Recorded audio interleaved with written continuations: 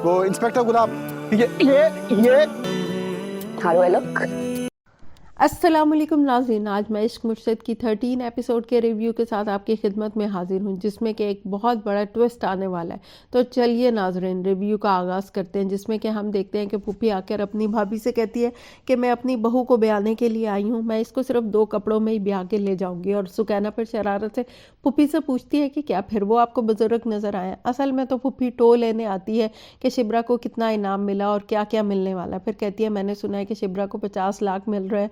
तो वो लोग हंसना शुरू हो जाते हैं और कहते हैं 50 लाख नहीं, सिर्फ 5 लाख ही मिलने वाले हैं। फिर हम देखते हैं कि दाऊद जो है, उसकी बीवी उसको कहती है कि हमें वहाँ पे रुकना चाहिए था ताकि ये इतना बड़ा मसला ना होता। तो दाऊद आराम से कहता है कि इतना बड़ा मसला नहीं है, हम हर्जाना दे देंगे, प्रेस रिलीज़ कर देंगे और FIR उस ड्राइवर के ख़िलाफ़ कटवाएंगे, सब कुछ ठीक हो जाएगा। लेकिन असल बात तो ये है कि मेरी सबके सामने बहुत ज़्यादा बेइज्जती हुई और उस लड़की की इतनी हिम्मत कि उसने सब कुछ मेरे साथ किया। फिर हम देखते हैं कि शिब्रा घर आ जाती है, वो बहुत परेशान सी और खोई खोई सी होती है। उसको सब मुबारक देते हैं और उससे पूछते हैं कि कहाँ पे है तुम्हारा इनाम और वो पैसे। तो वो कहती है शायद वो मेरी दोस्त के पास है और कहती है मैं कि थक गई हूँ। फिर हम देखते हैं कि पुप्पी चूँकि बहुत ही चालाक है, वो समझ जाती है कि कोई गड़बड़ है और वो सफ़िया को कहती है कि पता करो, कोई चक्कर ज़रूर है। और फिर दाऊद को पता लग जाता है कि वो सुलेमान अहमद की बेटी है, जो कि उसकी पार्टी के लिए किसी ज़माने में काम किया करता था। और फिर नाज़रीन, ट्विस्ट आ ही जाता है कि पुलिस शिब्रा के घर आ जाती है और शिब्रा का पूछते हैं। और फिर वो जो है इंस्पेक्टर, वो शिब्रा के साथ बदतमीज़ी करता है, उसका हाथ पकड़ के खींचता है। तो शिब्रा उसके मुंह पर थप्पड़ मारती है, जिस पे वो आग बगोला हो जाता है और यही कहता है कि अब देखो मैं तुम्हारे साथ क्या करता हूँ, तुम्हारे वारंट तो नहीं थे मेरे पास, लेकिन अब मैं तुम्हारे डेथ वारंट जारी कर दूंगा।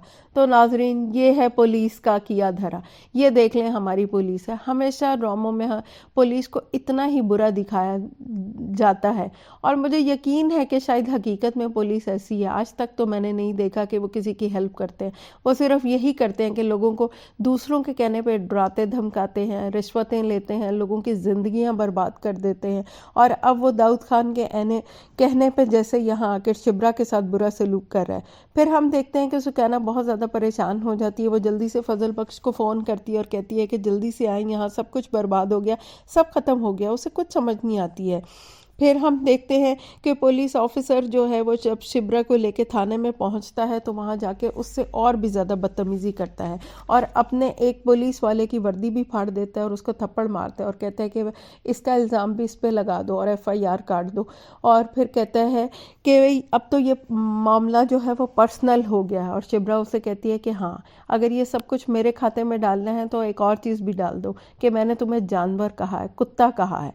तो वो आग बगोला हो जाता है और वो उससे कहते हैं कि अब देखो मैं तुम्हारे साथ टेस्ट मैच खेलूंगा, अब देखो मैं तुम्हारा क्या हशर करता हूँ। तो वो कहती है कि दाऊद अली खान से कहो कि अगर हिम्मत है तो मेरे सामने आके खड़े हों और बात करें, ये इस तरह की जो है हरकतें मत करें। लेकिन हम देखते हैं कि फिर वो उसे लॉकअप में बंद कर देते हैं। और इधर दाऊद अली खान जो है, उसको सोशल मीडिया पे बदनाम करने के लिए कैंपेन चलाना शुरू कर देता है और कहता है कि मेरे जहन पे सुलेमान अहमद सवार है, वो एक बदतमीज़ लड़की का बदनसीब बाप है। फिर हम देखते हैं कि सुकैना और उसकी माँ बहुत ज़्यादा परेशान हो जाते हैं। जब सुलेमान साहब घर आते हैं तो वो बताते हैं कि उन्होंने तो मुझे उससे मिलने भी नहीं दिया और बहुत परेशान होते हैं, उन्हें समझ नहीं आ रही होती कि हम क्या करें।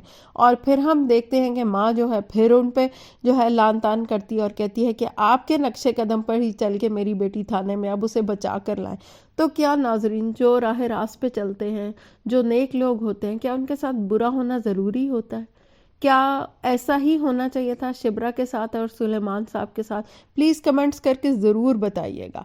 और फिर हम देखते हैं कि जब शामिर को पता लगता है तो वो बहुत ज़्यादा परेशान हो जाता है और वो यही कहते हैं कि ये सब कुछ मेरे बाप की वजह से हो रहा है और अब मैं जो है फिर ड्रामा करूंगा कि मैं लंदन से कराची वापस आ रहा हूं, क्योंकि अभी मैं शिब्रा की मदद नहीं कर सकता क्योंकि मैं अभी फ़्लाइट में हूं। फिर वो अपने दोस्त को कहता है कि देखो अब मैं क्या करता हूं। फिर हम देखते हैं कि फजल बख्श जो है वो थाने में पहुंच जाता है और जाकर कहता है कि मैं जो है ना बात करने के लिए आया हूं। तो इंस्पेक्टर बहुत हैरान होकर देखता है, क्योंकि उसके हुलिया तो ऐसा नहीं लग रहा होता कि वो कोई बड़ा आदमी है, लेकिन उसके लिए फ़ोन कहीं बहुत किसी बड़े बंदे ने किया होता है। तो यकीनन नाजरीन हम समझ ही गए हैं कि किसने फ़ोन किया हुआ होगा। और फिर वो आके इंस्पेक्टर से कहता है कि हम मुद्दे की बात करते हैं, आपने जो है शिब्रा सलेमान को ऐसे ही पकड़ लिया है, हालांकि उसकी कोई भी गलती नहीं थी, और अब आप देखना आपको कॉल आएगी और आपको उसको छोड़ना पड़ेगा, आप मेरे साथ कोऑपरेट करें। वो बहुत हैरान होता है उसकी बातें सुन के कि शक्ल से तो ये बिल्कुल एक देहाती और गंवार लग रहा है, लेकिन बातें कैसी कर रहा है। वो उससे पूछता है कि तुम कहाँ से हो, तो वो कहता है यूके से, यानी उमरकोट से। फिर कहता है मैं शिब्रा से मिल सकता हूँ। पुलिस वाला भी कंफ्यूज हो जाता है कि पता नहीं ये कौन है, लेकिन वो उसे मिलने की इजाज़त दे देता है।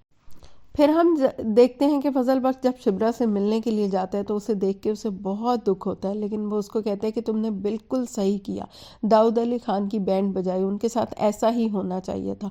फिर वो उसे कहती है लेकिन तुम्हें वो नहीं पता लगा जो मैंने उसको थप्पड़ मारा है। वो कहता है हाँ वो भी मुझे पता चल गया, वो पुलिस इंस्पेक्टर अजीब बावला सा हो गया, अजीब सी हरकतें कर रहा है, और उसे यकीन दिलाता है कि वो 2 घंटों में उसको यहाँ से लेके चला जाएगा। वो कहती है ये तुम कैसे कर सकते हो, उन्होंने तो मेरे बाप को भी मुझसे मिलने नहीं दिया। तो वो कहता है ये मुर्शद साईं की बरकत है, इसलिए तुम्हें कोई तकलीफ नहीं होगी, तुम ठीक हो ना, और मेरा यकीन करो कि मैं तुम्हें 2 घंटों में ले जाऊंगा। वो फिर रोना शुरू हो जाती है और उसे कहती है बस चले जाओ, यहाँ से चले जाओ। फिर हम देखते हैं कि उसको ख्यालों में भी फजल बख्श के साथ गुजारा हुआ वक्त याद आ रहा होता है। तो नाजरीन आप कमेंट्स करके ज़रूर बताइएगा।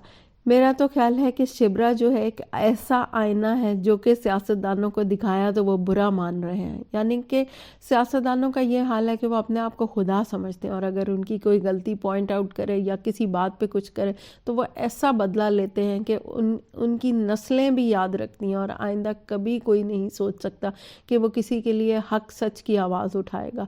तो प्लीज़ कमेंट्स करके ज़रूर बताइएगा कि दाऊद अली खान का रवैया क्या बिल्कुल ठीक है, क्या सियासतदान ऐसे ही होते हैं। फिर हम देखते हैं फूफी जो गिरगिट की तरह रंग बदलती है, वो अपने बेटे को बहुत डांटती है कि खबरदार तूने मामू के घर जाने की कोशिश भी की है, अब जो है ना जब सब कुछ ठीक होगा फिर हम देखेंगे कि क्या करना है। तो वो कहते हैं कि अगर सब कुछ ठीक ना हुआ तो फिर क्या करेंगे। तो वो कहती है मुझे नहीं पता, लेकिन अभी तुमने नहीं जाना। फिर हम देखते हैं कि सुलेमान साहब दाऊद से मिलने के लिए आते हैं और उनको इतना इंतज़ार करवाया जाता है, और वहाँ फिर शामिर भी आ जाता है और वो देख लेता है उनको अपने घर में, और फिर वो वहाँ से गायब हो जाता है। उधर शिब्रा की माँ दरवाजे पे निगाहें जमाए बैठी होती है कि कब शिब्रा आएगी, कब उसकी बेटी घर आएगी, और यहीं पे इस किस का इख्तिताम हो जाता है। तो चलिए नाजरीन अब नेक्स्ट प्रोमो का भी रिव्यू कर ही लेते हैं। नेक्स्ट प्रोमो में हम देखते हैं कि जो है शामिर और फजल बख्श वो जो है शिब्रा को वहाँ से निकलवा लेता है, और इंस्पेक्टर भी बहुत हैरान होता है, और बाद में वो शिब्रा को कहता है कि देखा मैंने उसको लात मारी, उसको बहुत बुरा भला कहा और उसने तुम्हें छोड़ दिया।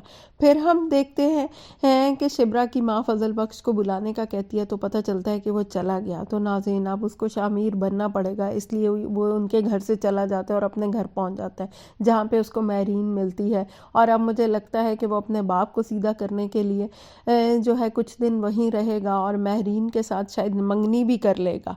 और फिर हम देखते हैं कि वो अपने बाप को मजबूर करता है कि शिब्रा को बुलाया जाए, और शिब्रा फिर उसके घर आती है और उसका बाप उसे कहता है कि मुझे लगता है कि तुम्हारे बाप ने तुम्हें मजबूर किया है यहाँ आने के लिए। तो वो कहती है हाँ बिल्कुल इसी तरह जिस तरह आपको मजबूर किया गया मुझे यहाँ बुलवाने के लिए।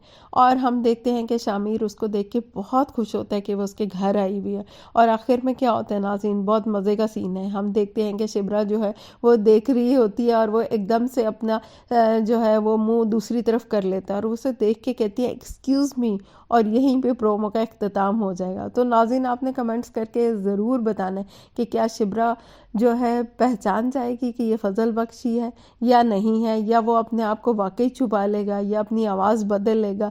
तो नाज़रीन कमेंट्स करके ज़रूर बताइएगा आपको मेरा ये रिव्यू कैसा लगा। मुझे यकीन है कि ज़रूर पसंद आया होगा। अच्छा नाज़रीन अब मैं चलती हूँ, दुआओं में याद रखिएगा। प्लीज़ नाज़रीन लाइक कर दिया करें, सब्सक्राइब करें और शेयर कर दिया करें। अच्छा अल्लाह